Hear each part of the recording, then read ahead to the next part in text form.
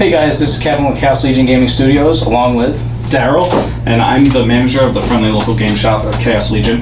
And today we're going to talk about getting into 40K. What armies you need, what supplies you need, tips and tricks into jumping into this hobby.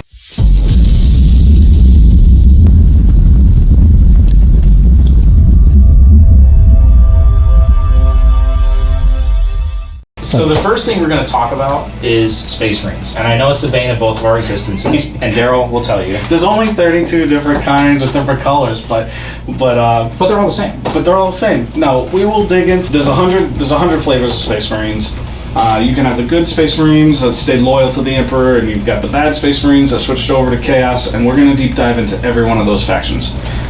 You also have the armies of the Imperium. Yeah, so we do have the armies of the Imperium. So we've got the Adeptus Sororitas, or more commonly known as the Sisters of Battle. Yeah. So they're basically chicks with guns, and basically they cannot stand men, it looks like, because they strap the people that are bad into these machines and send them out to die in the war, which is kind of hilarious. And they're the good guy. In Warhammer 40K, there's really not too many good people. So then you have the Adeptus Custodes, which are basically more elite Space Marines. The Golden Boys. Yeah. They're super loyal to the Emperor, and they're actually the Emperor's guard. So these guys are super powerful, they're super elite. They tend to move a little bit slower on the table, but they're definitely a harder hitting faction, I would say. Yeah, definitely elite.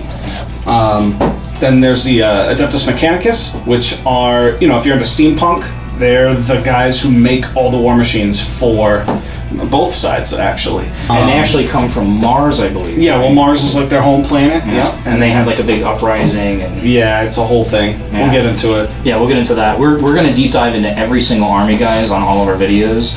So definitely stick around for that. Next, I think you have the Astra Militarum, which is like us. It's humans, basic humans. It's the standing guard of the Imperium, and they're, in my opinion, they're the hammer of the Empire. And they're also the meat shield of the Empire. Because being a normal person, when a normal soldier in Warhammer 40K is, 12 feet tall, runs 70 miles an hour, has 3 hearts, and you're a random dude, I know me and Daryl life expectancy is about 15 minutes once they reach battlefield. I know me and Daryl would be the first to go. So. Oh yeah, for sure. And then we also have Imp Knights? The Imp Knights. Yeah. Okay. Imperial Knights. And so these are your big, giant, if you're into Gundam, you play Tau, but really nobody plays Tau, so you're going to play Knights instead.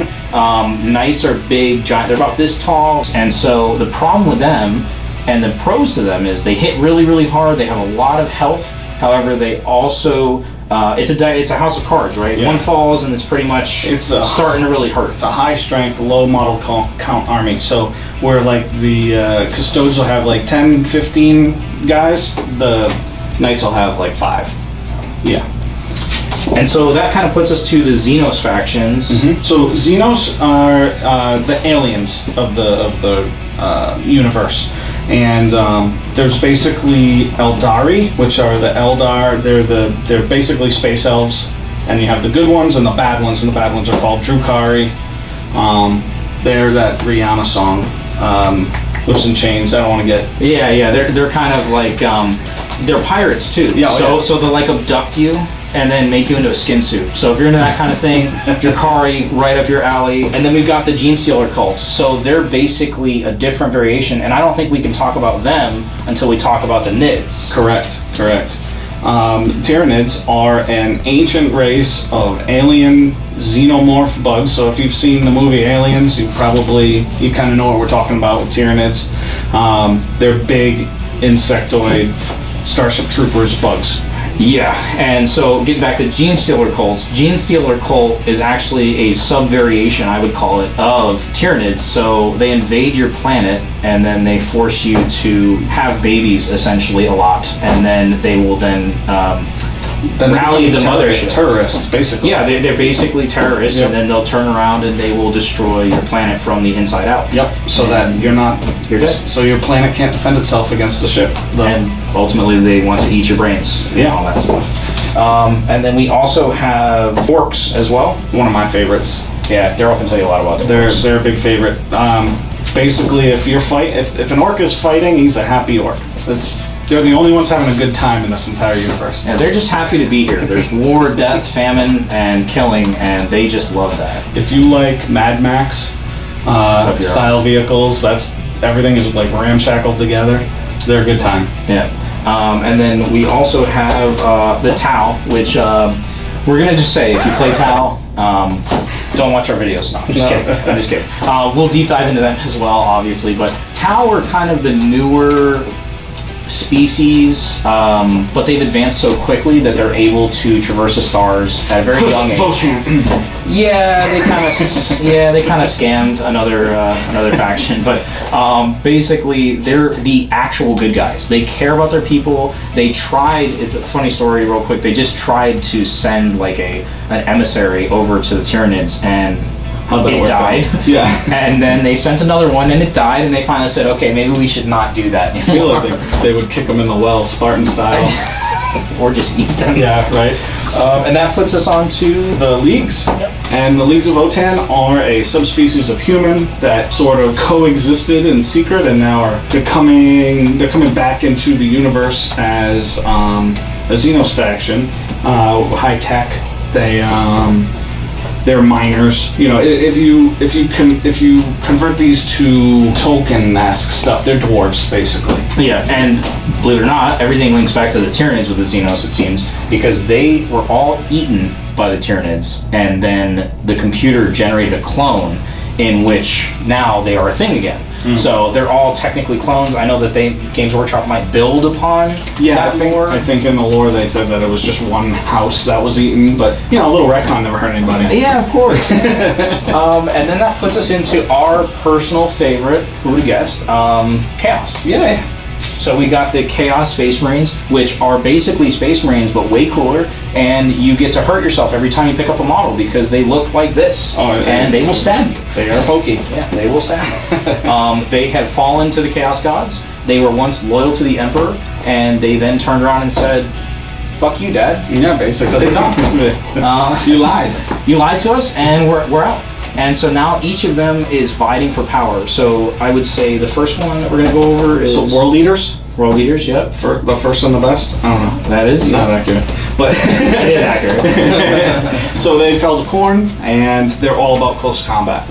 So basically, yeah, they hit stuff angry. Real good. They're real angry. Some of them have, I think all of them have nails in their heads, right? Yeah, at least. Yeah, and Angron, who is their Primarch, which we'll go into the lore a little bit with some videos in the future as well.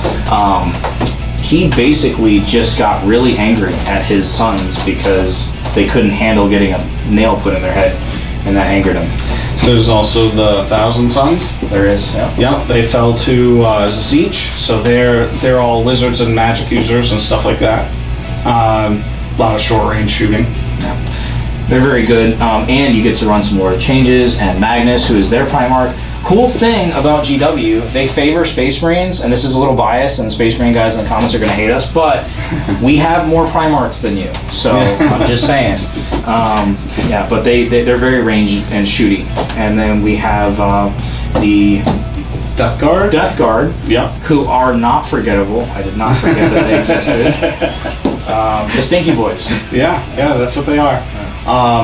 They're slow and tough, and they are blessed by the Father Nurgle, and they like to make things sick. And they're really resilient on the table. Yeah, very, very hard to kill. That's the plan. Yeah. That also puts us into, if you want to be pure Chaos and not a Space Marine, you can do Chaos Demons, which I'm actually playing in our local tournament as well, and doing pretty good. They blip around the table, and they... A lot of deep strike shenanigans. Yeah, a lot of just teleporting around the table, and just kind of... You get to run big, bad demons that look like this. So, that's cool. And then that puts us to... The Chaos Knights, which are basically the same as the Imperial Knights, the big elite, they're big heavy hitters, but you get like 5. But they're better than Imperial Knights because they have spiky bits that when you pick up, it hurts you. That's fair. And that's pretty much it. That's all the faction guys. We look forward to showing you more stuff in the future. I would say personally, to get on the tabletop, you're going to want to start off with one of these combat patrol boxes. You could do a starter kit. You could do a starter kit. Which looks like that, which has rules and models and 2 armies, so you and a friend can get started together. So you get the Terminators, you get a Terminator Captain, and you get 5 Infernus Marines, which are flamethrower guys, which pair really nicely against these small cannon fodder bugs. You got 2 big squads of Termagants, you got a Winged Prime, and a Psychophage.